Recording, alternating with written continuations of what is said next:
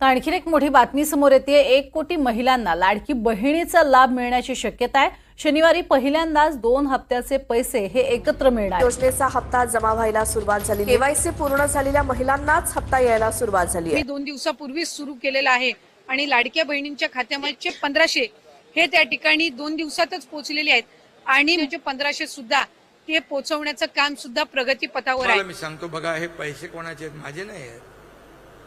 हे सर्व पैसे तुमचे आहेत, हे जनतेचे पैसे।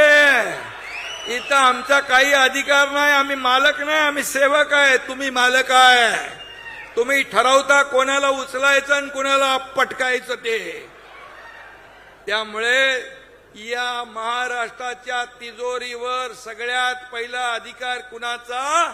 तर माझ्या बहिणींचा आहे। मुख्यमंत्री असताना माझी लाडकी बहीण योजना सुरू केली, अनेक लोकांनी खोडा घातला, परंतु मुख्यमंत्री माझी लाडकी बहीण योजना आम्ही सुरू ठेवली। तुम्हाला मी सांगतो, कोणाचाही माईकाला आला तरी मुख्यमंत्री माझी लाडकी बहीण योजना कधीही बंद होणार नाही।